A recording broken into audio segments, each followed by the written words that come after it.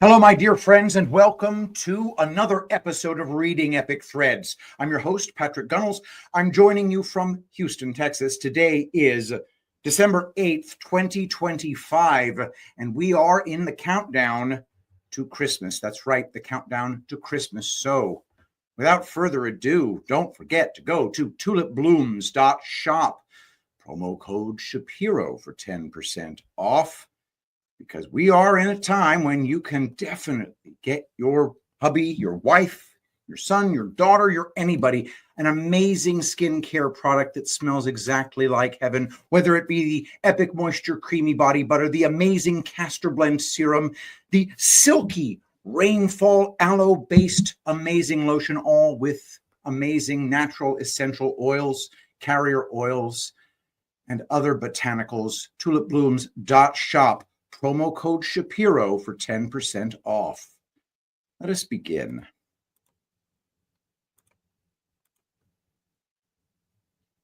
Q drop number 969.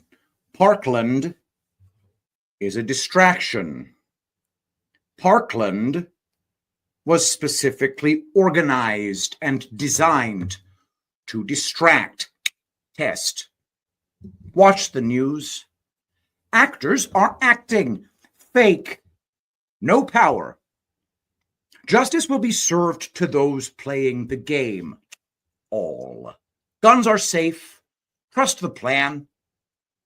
Q. From NPR, June 30th, 2016. Prohibition-era gang violence spurred Congress to pass first gun law. Out of the tragedy in Orlando, the deadliest mass shooting in recent American history, something shifted in Washington. First, Senator Chris Murphy, Democrat of Connecticut, and more than 30 of his colleagues held the Senate floor for nearly 15 hours. Then there was a day-long sit-in by members of the House with a pledge to continue the fight when the House reconvenes after the July 4th recess. There was a lot of political will, too, after the Sandy Hook Elementary School shooting in 2012. But in the end, no new federal gun laws were passed. There was, however, a moment in history when Washington did act on the issue, but it wasn't after a single event. In the 1920s and 30s, the U.S. was dealing with a different kind of gun violence epidemic, a massive increase in organized crime fueled by prohibition. Gangsters like Al Capone were making big money trafficking illegal alcohol, and a key weapon in their arsenal was the machine gun. Quote, those criminals from the mob took advantage of the rise of the portable machine gun capable of firing multiple rounds of ammunition with the single pull of a trigger, says Adam Winkler, a professor at UCLA's School of Law and author of Gunfight, The Battle Over the Right to Bear Arms in America. The menace of promiscuous killings. Newsreels from the period chronicled the violence. In one from 1931, footage shot in New York shows walls along a city street pockmarked with bullet holes and the children caught in the crossfire of gang warfare. Quote, here is Samuel Davino, only 5 years old, pointing to where he was shot in the leg by gangland's ruthless gunmen, the newsreel narrator says. But poor little Samuel is more fortunate than Michael Vengali, who is also 5. Michael met death, and this casket will hold his tiny body broken by machine gun bullets. End quote. Franklin Delano Roosevelt was the governor of New York at the time. It's the office he held just before becoming president, and the experience of having these events unfold on his watch stayed with him. When Roosevelt became president in 1933, his fellow Democrats controlled both the House and Senate by substantial margins. And there was already momentum to do something to rein in guns. For instance, Senator Royal Copeland, a Democrat from New York, was promoting a federal ban on the sale of fully automatic guns. Quote, we can never be free from the menace of promiscuous killings until the possession of firearms is everywhere restricted to persons of known character, Copeland said. To this end, I shall press my bill for passage through the United States Senate, end quote. There was talk in Washington of an outright ban on fully automatic weapons, but Roosevelt was wary of that, not because of the Second Amendment, but because of the Interstate Commerce Clause. The Supreme Court had already imposed strict limits on the ability of Congress to regulate commerce. Instead, Roosevelt backed a tax and registration scheme known as the National Firearms Act, which the president signed into law in 1934. It applied to short-barrel shotguns and rifles and to fully automatic weapons like machine guns, and it was supported by the National Rifle Association. How the National Firearms Act of 1934 worked. Winkler, the author and UCLA law professor, notes that when the then president of the NRA, Carl Friedrich, was asked to testify before Congress, he said, quote, he had not given any thought to the question about whether a federal gun law would violate the Second Amendment, end quote. Elsewhere, Winkler says, Friedrich wrote that, quote, protection for firearms does not come from the Second Amendment, it comes just from wise public policy, end quote. And a core part of the policy the NRA supported was a tax of $200. That might not sound like a lot, but adjusted for inflation, it's approximately $3,500, Winkler says. And this was in the 1930s during the Depression. Quote, the $200 tax was not meant as just a tax. It was meant to discourage people from purchasing these firearms, and it was a tool to use against criminals who would illegally purchase the gun, but wouldn't pay the tax, Winkler says. Someone who was caught violating the National Firearms Act faced a much bigger monetary fine, $35,000 adjusted for inflation, and jail time. Of course, there were court challenges, ultimately at the Supreme Court in the case of United States v. Miller. That case involved the prosecution of two men with criminal records who were caught with an unregistered and untaxed short-barreled shotgun. The court decided unanimously to uphold the law. It said that a short-barreled shotgun was not the type of weapon that someone serving in a state militia would ordinarily have, Winkler explains, and thus was not protected by the Second Amendment. How effective was the law? The National Firearms Act is still in place today. If anything, the law is stronger today than when it was originally passed. By the 1960s, it was illegal to import these guns, and by the 1980s, new manufacture for civilian use was outlawed too. Today, the machine guns that are legal to sell are old. There's a fixed number of them. As a result, they are expensive, costing in the tens of thousands of dollars.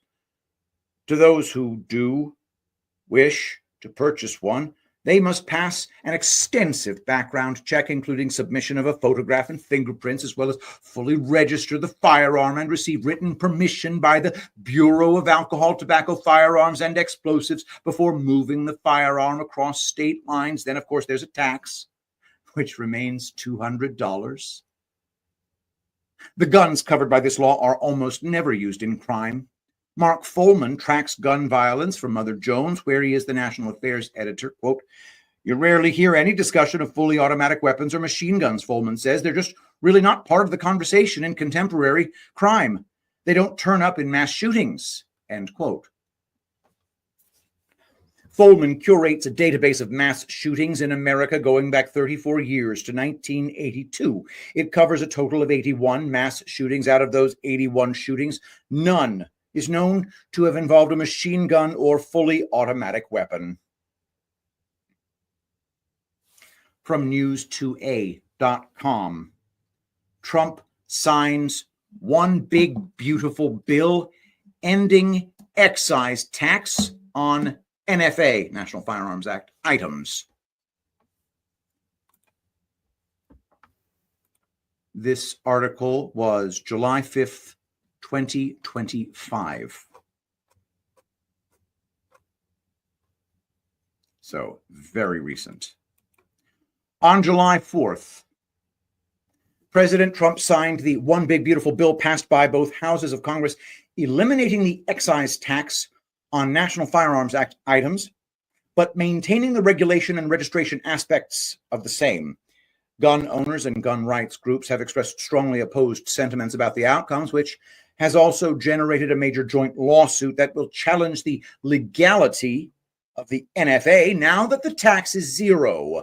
Many prominent voices in the gun rights community maintain that the only desirable outcome was complete deregulation, observing that future administrations and Democrat majorities could simply reinstate the tax and perhaps increase it based on a cost adjustment from the original 1934 amount.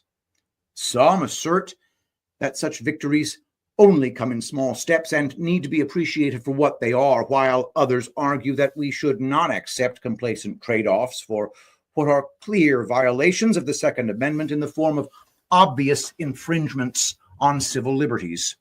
Representative Andrew Clyde was a prominent voice in Congress calling for an aggressive pro-Second Amendment approach, writing on Twitter, quote, "The NFA should be eliminated completely." He worked to ensure the Hearing Protection Act and the Short Act were included in Trump's OBBB. That's one big, beautiful bill. In response to the eventual outcome, a number of prominent gun rights groups issued this joint statement, quote, "When President Trump signs the one big beautiful bill, which will eliminate the excise tax on suppressors, short-barreled rifles, short-barreled shotguns, and AOWs, he will have delivered the biggest blow to the National Firearms Act since its passage nearly a century ago. We thank President Trump for his leadership and every member of Congress who fought for law-abiding gun owners throughout the reconciliation process," end quote. This statement was issued jointly by the American Suppressor Association, National Rifle Association, Firearms Policy Coalition, and the Second Amendment Foundation. Various versions of the bill called for a complete elimination of both the NFA and the deregulation of short-barreled rifles and shotguns, as well as suppressors. These were ultimately blocked by a budget reconciliation hurdle known as the Bird Bath, BYRD, which forbids non-budgetary provisions in reconciliation bills. Deregulation of the NFA sought to remove the $200 tax and registration. However, the Senate parliamentarian, an unelected role filled by Elizabeth McDonough, ruled these changes were policy-focused, not budgetary, violating the Byrd Rule. This meant they couldn't be included in the reconciliation bill and would need 60 votes if pursued separately. Republicans chose not to pursue the issue by trying to wrangle the necessary votes or involving the vice president. In a last-minute heroic effort on July 1st, Representative Andrew Clyde proposed an amendment to restore the full deregulation, but the House ultimately passed the Senate's version that only reduced the excise tax of $200 to $0.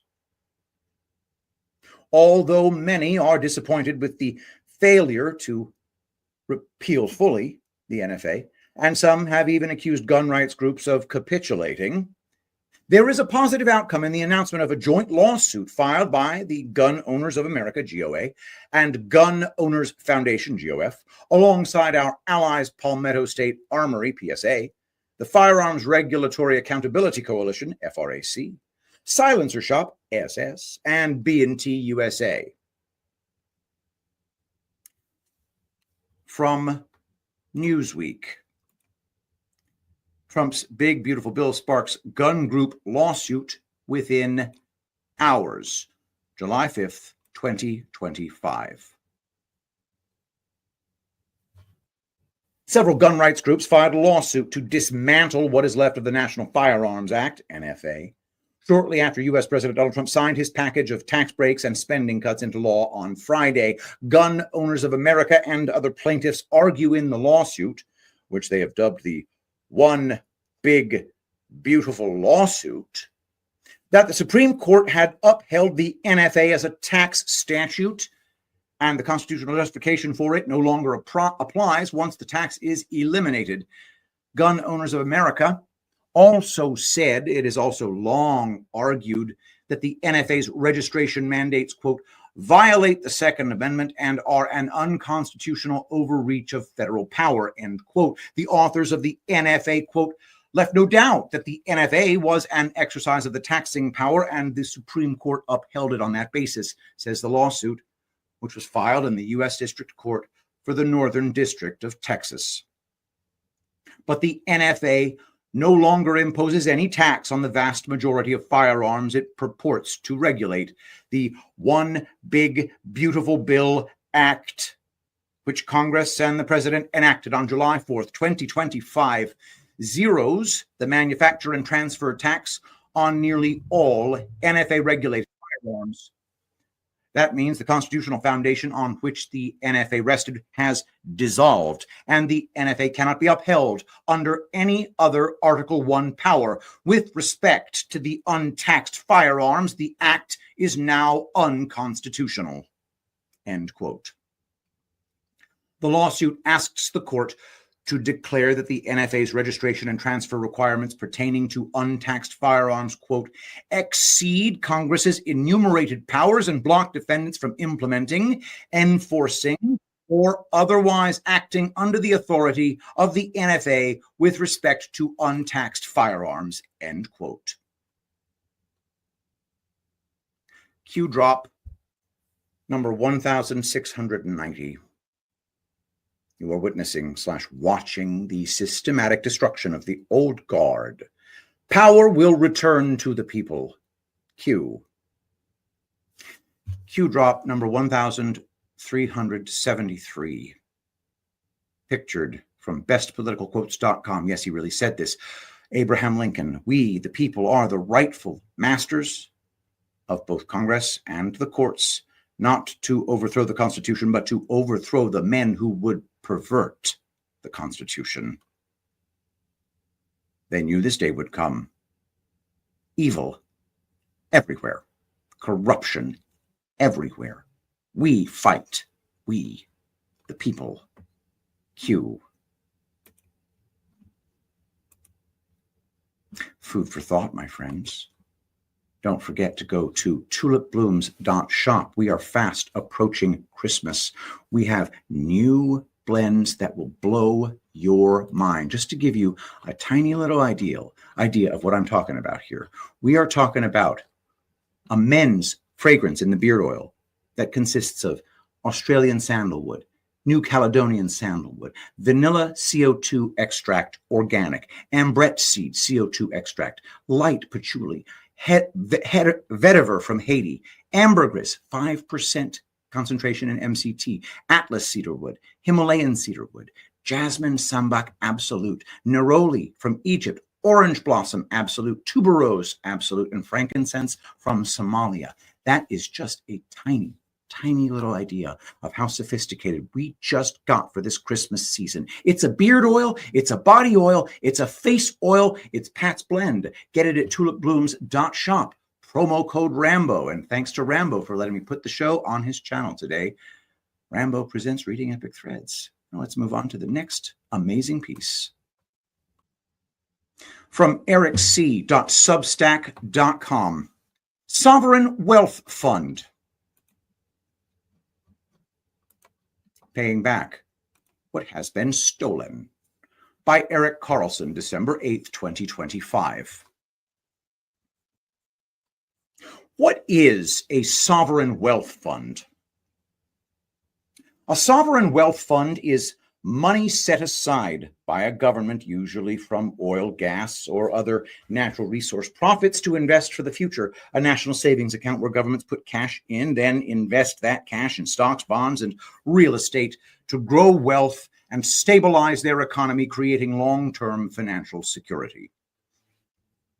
President Trump has been talking about paying many Americans a $2,000 dividend payment in 2026. Some view this as being like the stimulus checks that Americans received during the COVID lockdowns, a one-time payment. But the word he continues to use is dividend, which is an income that investments pay on an ongoing basis. This would lead one to believe there will be an ongoing income paid to Americans from America's new sovereign wealth fund. Trump has said the dividend payments will be coming from the money that tariffs have taken in, This is true to a certain extent, but it doesn't tell the whole story, not even close. Trump has been collecting money from countries and companies that have been taking advantage of America and Americans for decades. Trump is forcing those companies to pay back some of what has been stolen from Americans. If these countries and companies don't cooperate, they will no longer have access to the American market, the biggest market in the world. This is a deal that everyone has to accept, begrudgingly or not. They must accept the deal if they wish to survive. I'm going to cover a lot of ground and tie a lot of things together. This may be one you need to reread. We hope the thoughts that might be floating around in your head start to connect with other ideas, and things start to make a little more sense when you conclude that everything has worked in conjunction for a very long time. In other words, things aren't as random as they may have appeared. Let's go back to the fall of the Soviet Union in the late 80s into early 90s. The fall of the Soviet Union was not simply the collapse of a failed system, communism. It was Russia refusing to be the City of London's puppet any longer.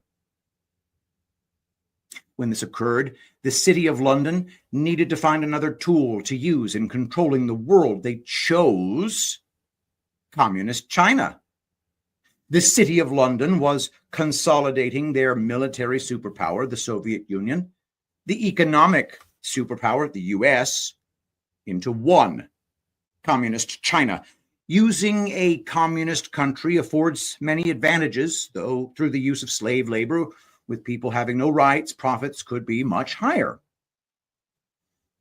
It was at this time, with Bill Clinton in office, that manufacturing really started to move from the US to China. Bill Clinton was and is a City of London puppet. He was a Rhodes Scholar. The Rhodes Scholar program is one of the ways the City of London indoctrinates and chooses its American puppets. Quickly, China was producing goods that would be sold in Walmarts throughout America, undercutting other manufacturers and retailers in the States, oftentimes taking over towns because domestic manufacturers and independent stores could no longer compete. It's not simply a coincidence that Clinton and Walmart both come from Arkansas. They worked hand in glove to destroy American manufacturing. American deep state politicians willingly sold out their country for a piece of the pie.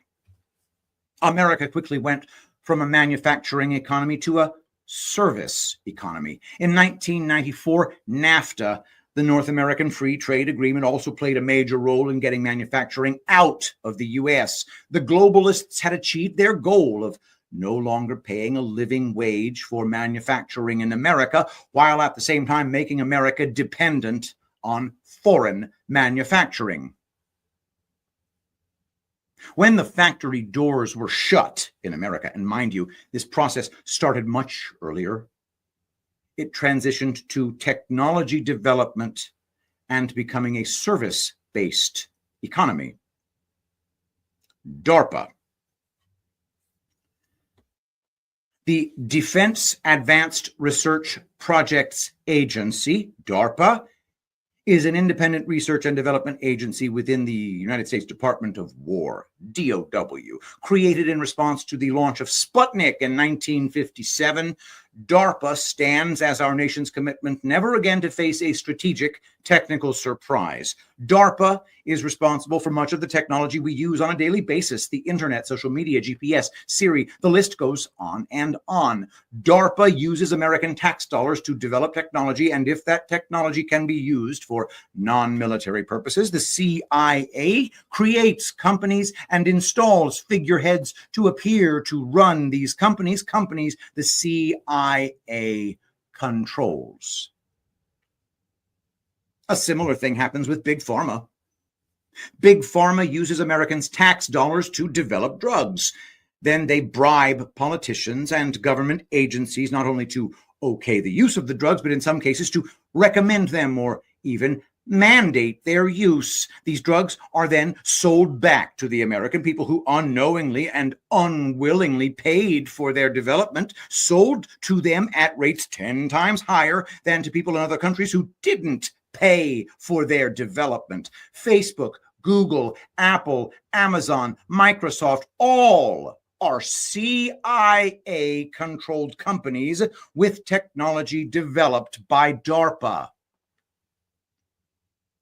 I believe Tesla, the car company, was freed from their CIA control much earlier on than the rest of the American tech companies. Many have been freed from their CIA chains in just the last few years. Some have deep state influence, and sabotaging is still happening today. Laughably, Hollywood is commissioned to make movies to convince the public of stories like Mark Zuckerberg stayed up all night at Harvard eating pizza, drinking Red Bull, while coming up with the algorithms that social media is based on. This is done so we have no idea who really created these companies. We are to believe that around the same time, a bunch of awkward and nerdy guys independently, through their genius, innovation, and drive, built the biggest companies in the world. No one asks how the biggest companies in the world all happened to come into existence within the past 20 to 30 years. DARPA uses American tax dollars to develop technology. And then the CIA creates and controls companies to dispense this technology to the public. Some people know the story of how the CIA's data collection operation LifeLog shut down the same day Facebook started up in February 2024. What a coincidence. Facebook, a social media site where people throughout the world let it be known where they are, where they've been, whom they know, and what they think. 1,000 times more effective way to monitor people than what the CIA was trying to do through LifeLog. Why? Because no one will be willing to give the CIA all their information, but they will give it to social media. Back to the Sovereign Wealth Fund. On my trip to Japan and South Korea in April of this year, I observed that 98% of the cars in both countries are domestic, and less than 1% of the cars on their roads are American. By contrast, half of the cars on American roads are foreign. You see the disparity here. We buy from them, but they don't buy from us. This isn't to demonize Japan or South Korea. The Japanese and Koreans are looking out for their own countries. And no one before Trump ever demanded the trade deals to be fairer. Trump recently went to both countries, and both have agreed to put hundreds of billions of dollars into the American economy. Trillions of dollars have been committed to the U.S. worldwide. The tariffs are said to be bringing in billions of dollars as well, and where the dividend checks will come from. While I believe that billions will be brought in through tariffs, I believe much of the money foreign countries are committing to the U.S. is payback for the decades of stealing from Americans. This isn't just being brought in from foreign countries, but from CIA-created and CIA-run American companies as well. A few weeks ago, Facebook had their earnings call. Earnings looked great, but their stock price dropped 10% in after-hours trading. Why? After digging a little deeper, you find that Facebook had to pay a one-time $16 billion tax bill to the U.S. government. After reading everything I've just written, you got to understand, or at least consider, that this is Facebook having to add to the sovereign wealth fund that Trump has created. They're having to pay back some of what they've stolen from the American people. Do you remember before Trump's inauguration in early 2025 how he created an inauguration fund? Certain American CEOs each gave $1 million to the fund. To them and to Trump, this is like a drop in the bucket. This was symbolic in nature. This was Trump telling them he would allow them to prosper, and this kissing of the ring was a symbol of their submission. They would no longer work for the CIA, but rather they would work for America. Godfather-like theatrics. Trump has created a sovereign wealth fund that holds all kinds of assets, stocks, bonds, real estate, Bitcoin and other cryptocurrencies, gold, silver, and other commodities and rare earth minerals. This wealth fund will be used as a means of making and keeping America rich.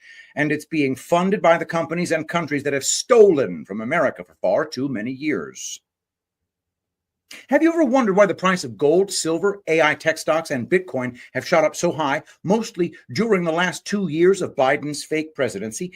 This occurred even though literally all of the jobs that were said to be created the last 2 years of Biden's presidency have been exposed as being fake and made up.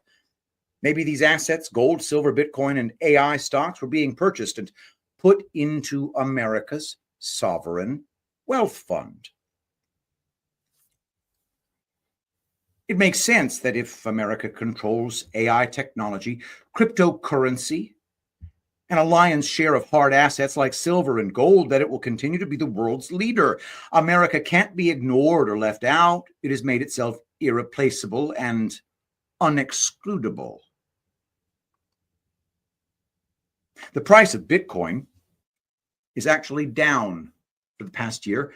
There have been many considerable drops in its price during this time, each followed by a recovery. Is this a matter of crypto whales being forced to sell their shares, and afterward those shares are being bought up and put into the sovereign wealth fund? It's plausible, and a better explanation than anything I've heard anyone else come up with. Will we have temporary turndowns in the price of gold, silver, or AI stocks where certain investors are forced to sell and these shares are quickly scooped up by the sovereign wealth fund at a lower price? Many AI stocks were down 10 or 20% in November and have already fully recovered. I've done a little speculation here. It's hard to argue, though, that what I've said is plausible. It's possible that Trump has been building this sovereign wealth fund since his first time round in office, and even more so that he was building it during Biden's fake presidency. It seems even more obvious that Trump has been going around collecting money from foreign countries and American companies since he has been officially back in office. What does this all mean? I believe it means Trump will no longer allow the globalists to take advantage of America and Americans.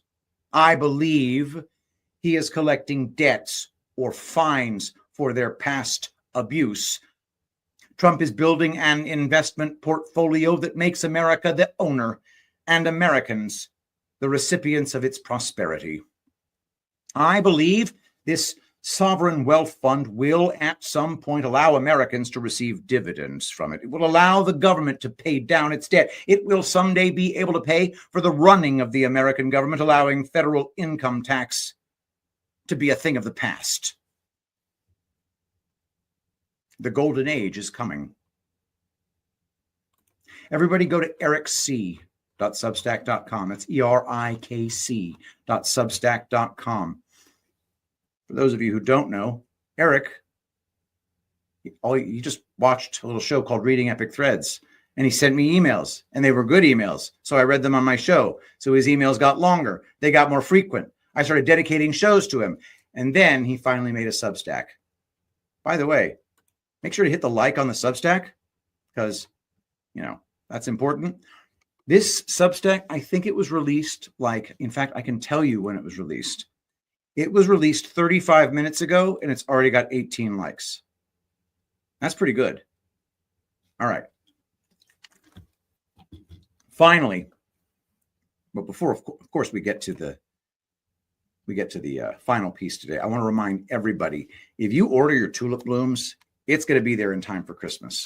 It'll be there in time to give the gift of good skin to the people you love. The Blue Calm Face Oil, guys.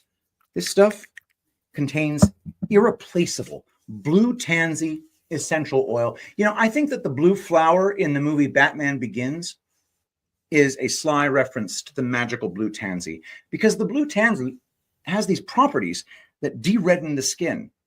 Now, I'm pushing 50. I think that I would look a lot different if I hadn't had these products to use. So go to tulipblooms.shop. A big thank you to Joe Rambo. So use promo code Rambo for 10% off. My friends, it's time to give the gift of good skin for Christmas. Tulipblooms.shop. Promo code Rambo. Now let's do this thing. I have to do... There we go. All right. I'm ready. By the way, that first piece that I read was from Rootbitch. This one, also from Rootbitch. Let's start with a little video, shall we?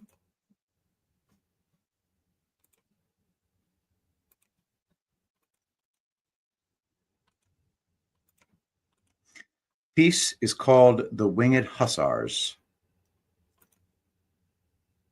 The year is 1683. Across the plains of Hungary, the earth trembles beneath the weight of empire. 150,000 men marched west, an army so vast it takes 3 hours for its columns to pass a single point. The crescent banners of the Ottoman Sultan blot out the summer sky. Leading them is Grand Vizier Kara Mustafa Pasha, commander of the most feared army on earth. He has carved a bloody path through the Balkans, leaving conquered cities smoking in his wake. Now he turns his gaze toward Vienna, the golden apple of Europe. If Vienna falls, the road to Germany lies open. If Vienna falls, Italy trembles. If Vienna falls, the fractured kingdoms of Christendom collapse like dominoes. The Sultan has promised Mustafa a golden apple, the ancient symbol of world dominion, if he delivers this final jewel. Europe knows what is coming, yet Europe does nothing. The Holy Roman Empire is weak, divided by politics and pride. Its emperor has already fled Vienna. France watches from the shadows, unwilling to help its rival Austria. The Italian states bicker among themselves. Protestant and Catholic still nurse wounds from wars that tore the continent apart. The great powers see only their own interests. None see the abyss opening beneath their feet. Only one man believes the darkness can be stopped. King Jan III, Sobieski of Poland. He is 60 years old, a warrior since youth, a veteran of 30 battles against Turk and Tatar alike, a man of faith so deep it terrifies those who do not share it. Where others see despair, he sees duty. Where others see impossible odds, he sees the hand of providence calling him to stand. His kingdom is exhausted, his treasury empty, his army numbers only a few thousand, but his faith burns brighter than the sun over the Carpathian mountains. He sends word to Vienna, "Hold, I am coming." He does not ask permission. He does not wait for promises of payment. He simply gathers every man who can ride and begins the longest forced march in Polish history. Because Jan Sobieski understands that some moments transcend calculation. From Catholic.com. Under Mary's holy name, Victory in Vienna, a thrilling tale from the history of Christendom, provides important lessons for modern Catholics. As Christian Europe tore at her own throat during the 30 Years' War of 1618 through 1648, the Ottoman Turks missed a golden opportunity to strike their centuries-old enemy. Why? They were themselves absorbed with war in Persia. Moreover, they were beset by a turbulent period of harem intrigue and governed, or not, by a string of ineffectual and self-indulgent sultans, one of whom was deposed and two of whom were murdered. The last of these was Ibrahim I. He was deposed and murdered, known as the Debauched. Ibrahim was famous for his vigorous and unusual harem enthusiasms, although at one point he had the whole lot of them drowned in the Bosphorus, 280 ladies in all, when he discovered that he was not the only man enjoying their affections. A liaison one night, however, with a Russian concubine produced the son who would reverse Ottoman fortunes. Mehmed IV was what we would call today an outdoorsman. He preferred hunting to war, but unlike his recent predecessors, he made decisions and stuck by them. Indeed, history remembers Mehmed for two decisions in particular. The first was to give control of the empire to the Koprulu family, which produced a series of grand viziers who restored internal order to the empire, recaptured many of the Aegean islands from Venice, and extended the boundaries of the empire northward through battlefield victories in Transylvania and Poland. Best known and last of these grand viziers was Kara Mustafa Pasha. Kara Mustafa Pasha was the source of Mehmed's other famous decision. In the summer of 1682, the Grand Vizier persuaded his Sultan to violate the Peace of Vasvar and lay siege to Vienna. A century and a half had passed since Suleiman the Magnificent had tried and failed to take the fortress city on the Danube. Mehmed was determined not to fail, and more than that, he was convinced, like all sultans before him, that the Ottomans were, as conquerors of Constantinople, the true heirs to the patrimony of the Roman Empire. The Habsburgs in Vienna were impostors who needed to submit to the rule of Islam. By the autumn of 1682, the Ottoman army had crossed the Bosphorus and proceeded to Adrianople. There, the Sultan wintered his army, and as they trained for war, he read and reread the abundant accounts of earlier Turkish campaigns into Eastern Europe. Along the road of march to Belgrade, in Ottoman hands since 1521, bridges and roads were repaired. A draft or ban was proclaimed for auxiliaries throughout the empire, and Arabs, Bosnians, Bulgars, Greeks, Macedonians, and Serbs poured into the White City to await the arrival of Mehmed's force, led by his 12,000 Janissaries. Among the Sultan's army were Protestant soldiers loyal to the Magyar Lutheran Imre Tokoli, who looked to the Islamic East to back his dubious claim to the throne of Hungary. Less detestable than Protestants allying themselves with Islam against Catholic Habsburg rule, but considerably more savage and fearsome, were the Sultan's mobile shock action cavalry, the Tatars, descendants of the bloody convergence of Sarmatians, Scythians, and Mongols. These natural horsemen were the stuff of nightmare. Like the African corsairs who raided the coastal fishing villages of Italy in the 16th century, the Tatars were the front line of the Ottoman slave trade. Rape, pillage, plunder, and arson composed their modus operandi, tales of which made their way as far as France and England.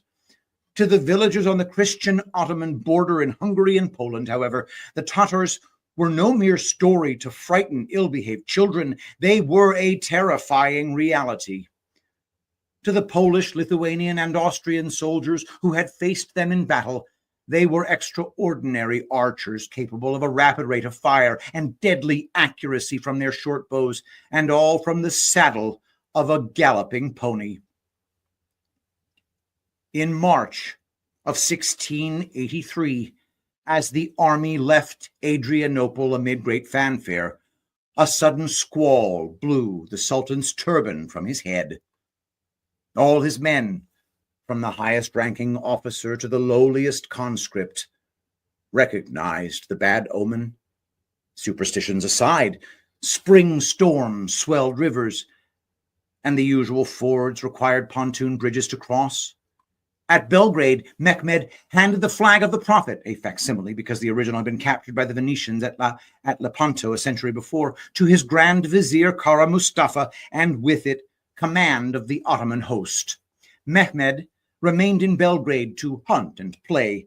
The real ruler of the Ottoman Empire, Kara Mustafa, pressed north for Buda, sending his siege cannons up on barges up the Danube. Buda had endured Turkish occupation since 1541, another conquest of Suleiman the Magnificent. The Church of Our Lady there to this day bears in one alcove the decorations of the building's days as a mosque. Was it a misguided ecumenical gesture, or is it a reminder of what may come again to a West grown soft and inattentive? By the second half of June, the Turkish army, now greater than 150,000 strong, had arrived in Buda. There, the Grand Vizier announced to his war council his plan to take Vienna. "It is for thee to command and for us to serve," answered the governor of Damascus. Following the Danube west, the Turks pressed on for Vienna, raiding and burning along the way.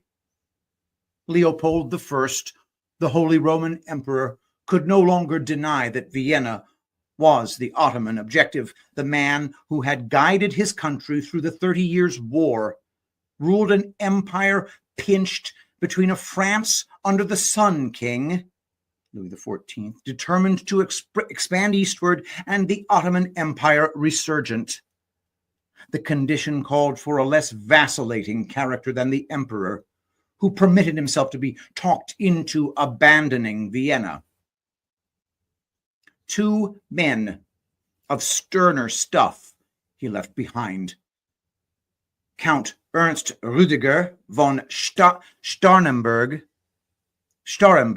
to command the garrison of Vienna, and Charles Sixte, Duke of Lorraine, to command the imperial army in the field.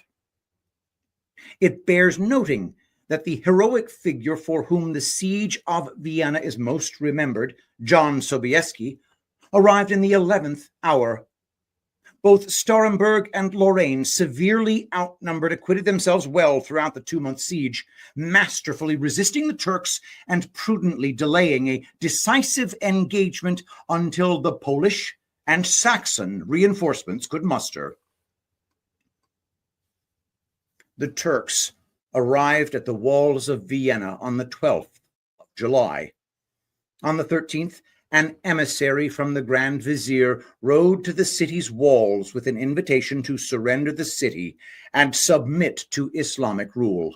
Staremberg declined. On the 14th, the Turks began to bombard the city's walls. The walls of Vienna had been much improved since the medieval days, when they were first constructed, paid for by Richard the Lionheart's ransom. By the 17th century, the city's defenses included all the designs developed in Italy during the Renaissance, mutually supporting bastions and ravelin scarp and counterscarp glacis and curtain wall, tightly packed earth faced with brick and gently sloped, both absorbed and deflected the rounds from the Turkish bombards. But the walls were not strong everywhere, and the Turks, located on the south side, Vienna's weak spot between the 2 bastions, fronted the imperial palace. Toward this point in the wall, they began a process at which they were very good: the steady digging of parallel trenches to close on the city's defenses, followed by mining, the digging of underground galleries to be packed with explosives to tumble the walls from beneath. By August, the combination of mining and artillery fire had taken its toll of the city's outer wall and seriously damaged the palace bastion. Musket ball to arrow, pike to cutlass, and hand-to-hand encounters in the ditch and on the ramparts grew more frequent and more fierce. Viennese counterminers clashed with Turkish sappers in torch-lit underground tunnels, flamboyant and fearless. Staremberg, a pistol in each hand, was ever in the thick of these contests, yet he knew that without relief, the fighting would soon be street to street and house to house. In the plains and woods surrounding Vienna, Charles Siste, with his small force of 10,000 horse and no infantry, critical for seizing and holding terrain, did his best to limit the depredations of the merciless Tatar raiders. Dozens of villages south of the Danube were put to the torch, their women raped, their men slaughtered.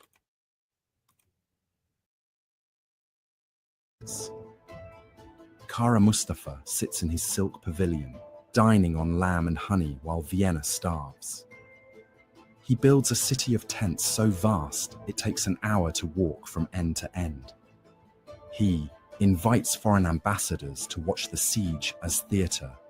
He is patient. He has already won. Time and hunger are his allies. His officers urge a direct assault, but Mustafa refuses. Why sacrifice men when starvation will do the work? He does not look north. He does not imagine anyone would be foolish enough to challenge him. All of Europe watched the horizon burn and believed Vienna would fall. The question was not if, only when.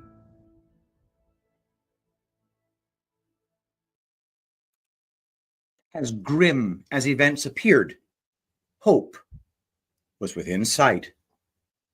4 days after the start of the Turkish bombardment, John III Sobieski, King of Poland, marshaled his army of nearly 40,000 in Warsaw and began the 435-mile march southwest toward Vienna. A similar force under John George III, Elector of Saxony, came southeast from Dresden.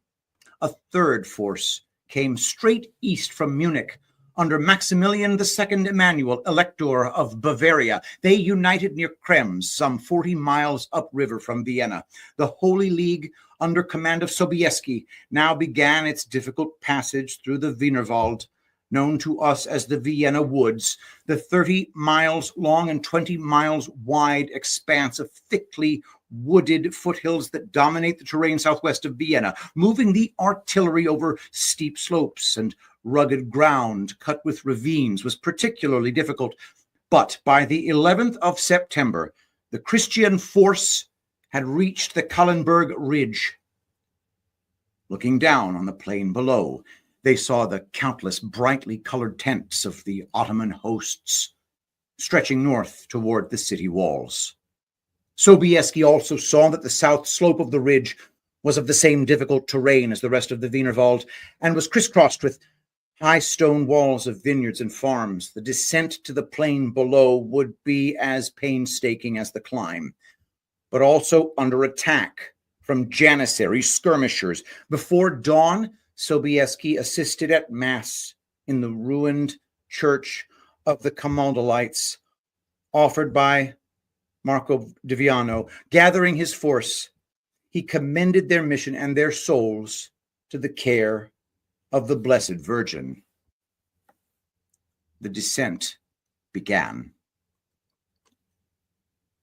As the sun rose on the morning of September 12th, the Ottomans saw, according to their own account, a flood of black pitch flowing down the hill, smothering and incinerating everything that lay in its way.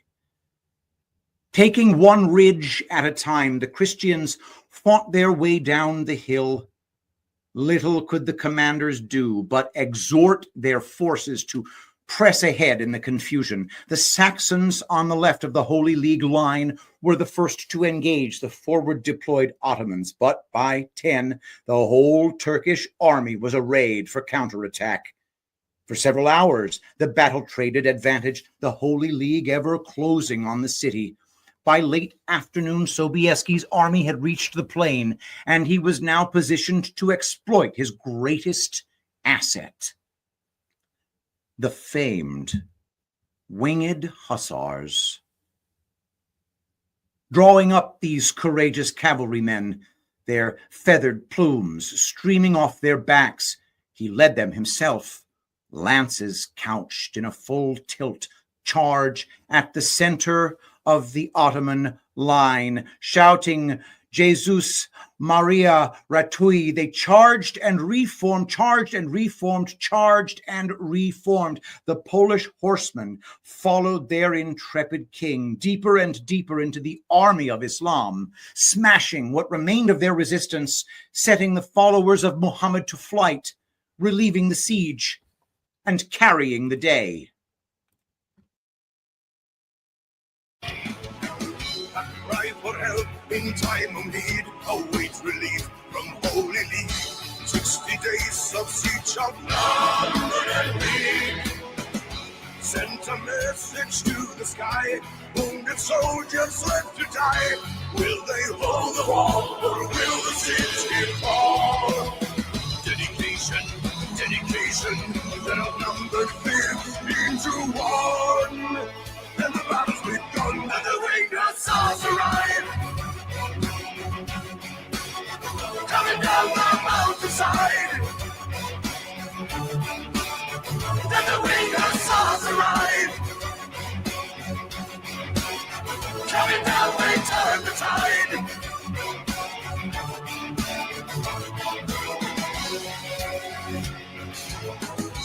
As the days are passing by, and as the dead are piling high, no escape and no salvation. Trenches to explosive halls are buried deep beneath the walls. Plant the charges there and watch the city fare. Desperation, it's a desperate race against the mind. And the race against time, and the Winged Hussars arrive. Coming down the mountainside. Then the Winged Hussars arrive. Coming down, they turn the tide. Cannonballs are coming down from the sky. Janissaries, are you ready to die? We will see the vengeance I for a night. You'll be stopped upon the steps of our gate. On this field you're only facing our hate. Like upon the salt sealing your fate.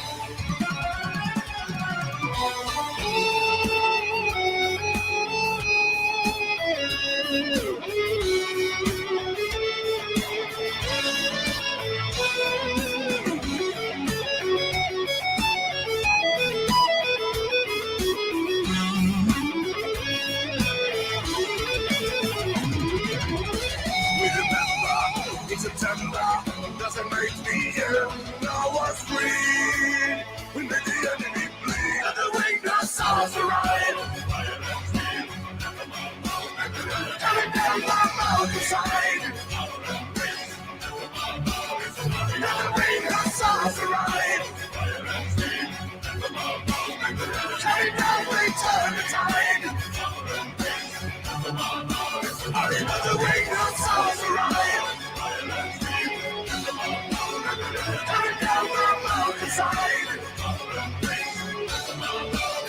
And the Winged Hussars arrive. Coming down, they turn the tide. We remember in September when the Winged Hussars arrive. Back to the article from Catholic.com. We came, we saw, God conquered, Sobieski wrote to Pope Innocent XI. The Polish king entered the city fetid with parade and feast. Writing to his wife, Sobieski described Vienna's gratitude, quote, all the common people kissed my hands, my feet, my clothes, saying, ah, let us kiss so valiant a hand. The event was the last great Ottoman effort. Their borders receded. Within 3 years, Buda was back in Christian hands. 1 year after Sobieski's victory, Pope Innocent XI, also dearly remembered for his explicit condemnations of usury and of, quote, mental reservation, extended the feast of the Holy Name of Mary to the universal calendar of the Roman Rite to honor the great victory that Our Lady had granted the Christian West. When it fell out of fashion 3 centuries later in 1969 to recall the heroics of Christian soldiers against the enemies of Jesus Christ, the feast was removed from the liturgical calendar. In 2002, however, Pope St. John Paul II restored the feast. It is hard not to imagine that the trade tower attacks of the preceding year were to the fore of his thoughts when he did. But that we do not know. We do know that Islam is an age-old enemy of the Christian West, and that the West, the United States included, emptied of Christianity, is also emptied of meaning. The Hussars rode at the vanguard, those legendary knights who had become myth even while they still lived. Warriors clad in armor that gleamed like captured sunlight. Wings of eagle feathers rose from their backs, mounted on wooden frames. Not decoration, but weapons of psychological warfare perfected over generations. The wings made them appear larger than life, and the sound, that eerie whistling roar when 3,000 hussars rode at full charge, was the last thing countless enemies ever heard. Each hussar was a lord of war, armored head to foot in plate and mail, carrying an 18-foot lance of hollow wood, light enough to couch under one arm, yet strong enough to punch through a man and his horse together. They were nobility. They owned lands. They had servants and titles and wealth. Any one of them could have stayed home in safety. They rode to Vienna anyway, because honor demanded it, because their king called, because some things matter more than survival. They were the last true knights of Europe.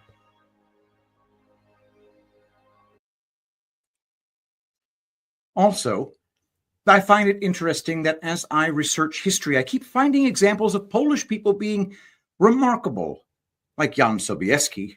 I grew up in an era of Polish jokes. Now it seems as if they've all morphed into dumb blonde jokes. For example, what did the Polish mom say when her daughter became pregnant? "Are you sure the baby is yours?" I never really thought about it at the time, but now I wonder whether they created the Polish joke theme to denigrate Poles because they knew how much of a threat Poles could be. The most important point from all of this is that we have been conditioned all our lives to see things from an us against them perspective. Stories like the Winged Hussars can lead Christians to see Muslims as the enemy. Even within Christianity, Catholics can be pitted against Protestants, etc. Our owners, as George Carlin would say, are more than happy to let us divide ourselves, but we, the people of all races, religions, etc., must stay united, not divided, as stated in Q drop number 2994. People are pawns in their sick game of global domination. People are divided to prevent a rising of the people. People are divided and taught to fight themselves instead of the ruling class. Race versus race, religion versus religion, political versus political, class versus class, sex versus sex. When you are divided, you are weak. When you are weak, you have no power. When you have no power, you have no control. Stay strong, patriots. Stay united, not divided. You are what matters. You, awake, is their greatest fear. Q.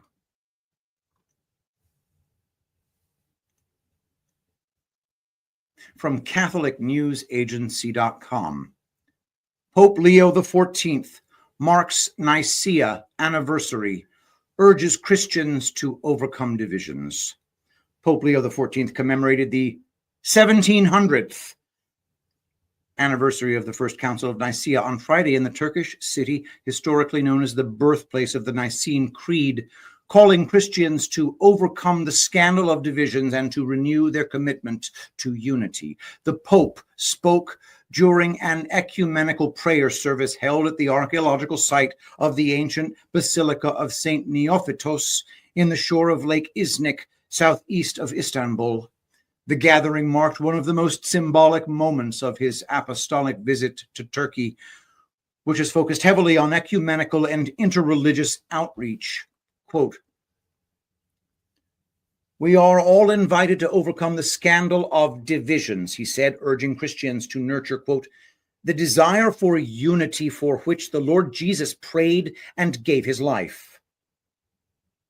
Pope Leo and Ecumenical Patriarch Bartholomew I, considered first among equals among Eastern Orthodox bishops, were welcomed by two senior Orthodox bishops before proceeding to a platform beside the submerged ruins of the basilica. The two leaders stood before icons of Christ and of the council and lit candles together. During this ecumenical prayer, together with the heads of churches and representatives of Christian world communities, we have recalled that the faith professed in the Nicene Constantinopolitan Creed unites us in real communion and allows us to recognize each other as brothers and sisters. In the past, there have been many misunderstandings and even conflicts between Christians of different churches, and there are still obstacles preventing us from achieving full communion. Nevertheless, we must not relent in striving towards unity. We must continue to consider each other as brothers and sisters in Christ and to love one another accordingly.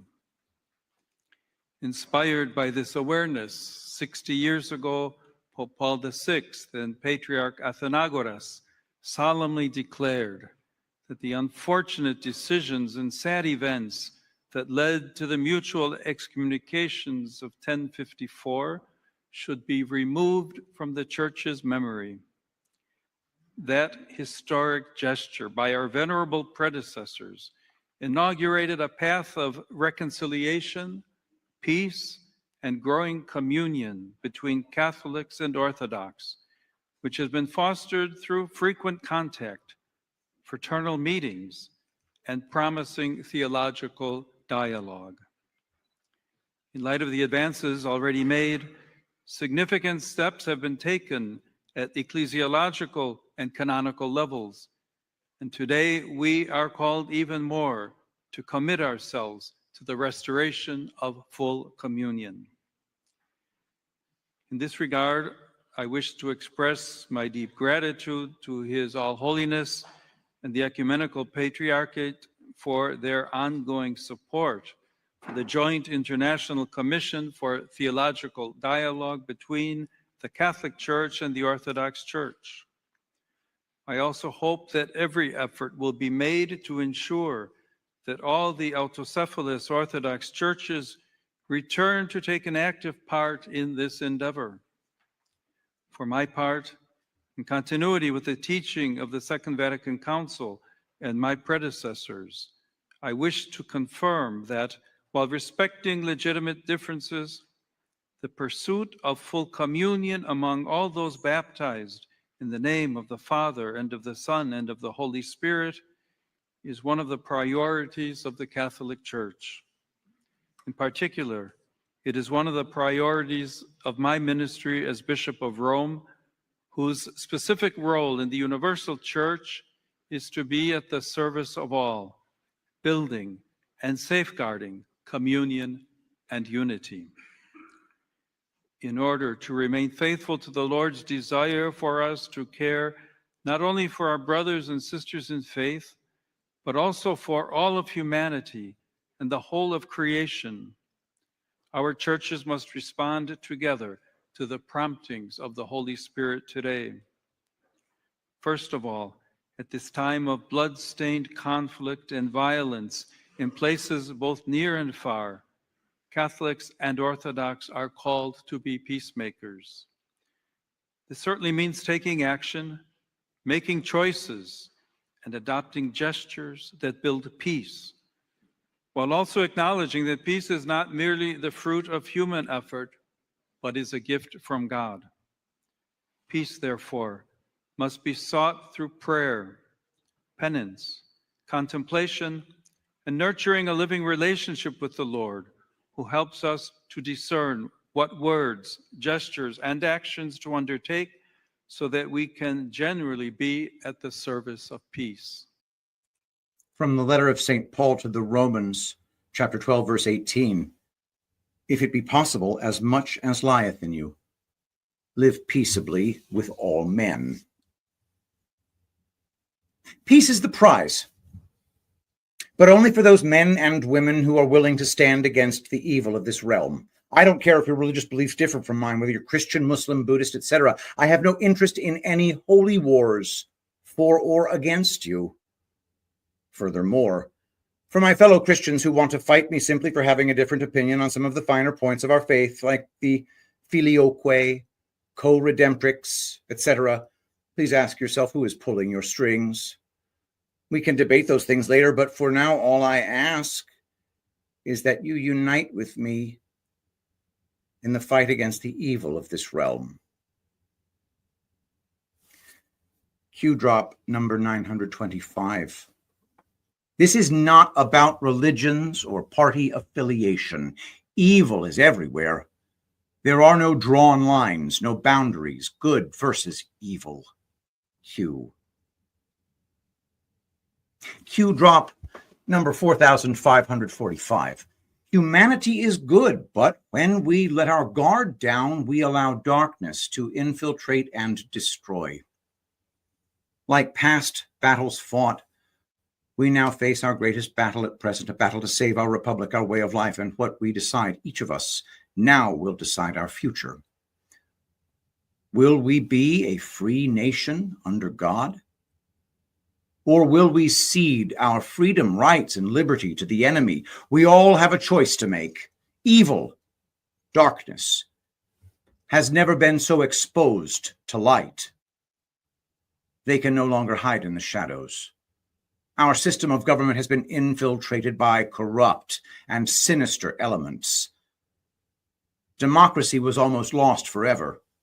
Think HRC install, 2+ Supreme Court justices, 200+ judges, rogue elements expanded inside DOJ, FBI, CIA, NSA, White House, state, removal of Second Amendment, border, etc. America for sale, China, Russia, Iran, Syria, ISIS, and Al-Qaeda expansion of surveillance of domestic citizens, modify/change voter rules and regulations to allow illegals and ballot harvesting with Supreme Court-backed liberal social opinion, sell-off of military to highest bidder to fight internal long-standing wars, their thirst for a one-world order, destruction of national sovereignty, serves to obtain control over America and her allies, think EU, by diluting your vote to oblivion and installing a new one-world ruling party.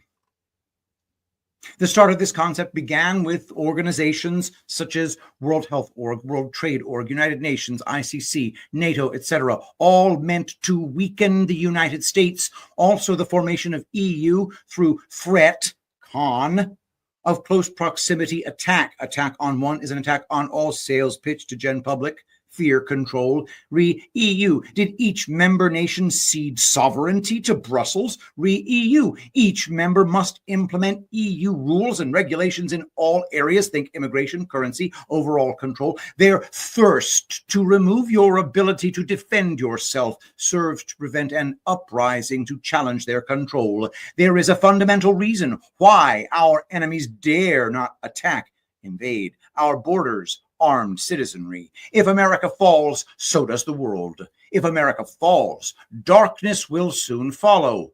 Only when we stand together, only when we are united, can we defeat this highly entrenched, dark enemy. Their power and control relies heavily on an uneducated population, a population that trusts without individual thought, a population that obeys without challenge, a population that remains outside of free thought and instead remains isolated, living in fear inside of the closed-loop echo chamber of the controlled mainstream media. This is not about politics. This is about preserving our way of life and protecting the generations that follow. We are living in biblical times. Children of light versus children of darkness, united against the invisible enemy of all humanity. Q. Q drop number 4790. A picture of the sunrise, captioned, "God woke you up for a reason." And that's the show. Support what we do here. Go to tulipblooms.shop. Order right now. Use promo code Rambo for 10% off.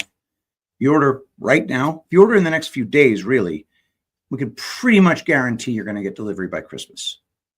You want to give these things as gifts. You want to give supple skin, the power of essential oil scents and aromatherapy, and tulipblooms.shop, promo code Rambo for 10% off. Don't forget, big thank you to Joe Rambo for letting me extend the reach of this show onto his wonderful Rumble channel.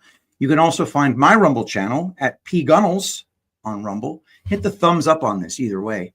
Really helps when you do that. Helps get Joe on the leaderboard and all that stuff. Thank you, everybody, for watching. Let us pray.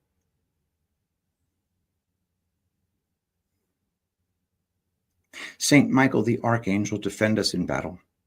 Be our protection against the wickedness and snares of the devil. May God rebuke him, we humbly pray. And do thou, O Prince of the heavenly host, by the power of God cast into hell Satan and all evil spirits who prowl about the world seeking the ruin of souls. Amen. Thank you all so much for being here. I love you all, and I'll see you next time.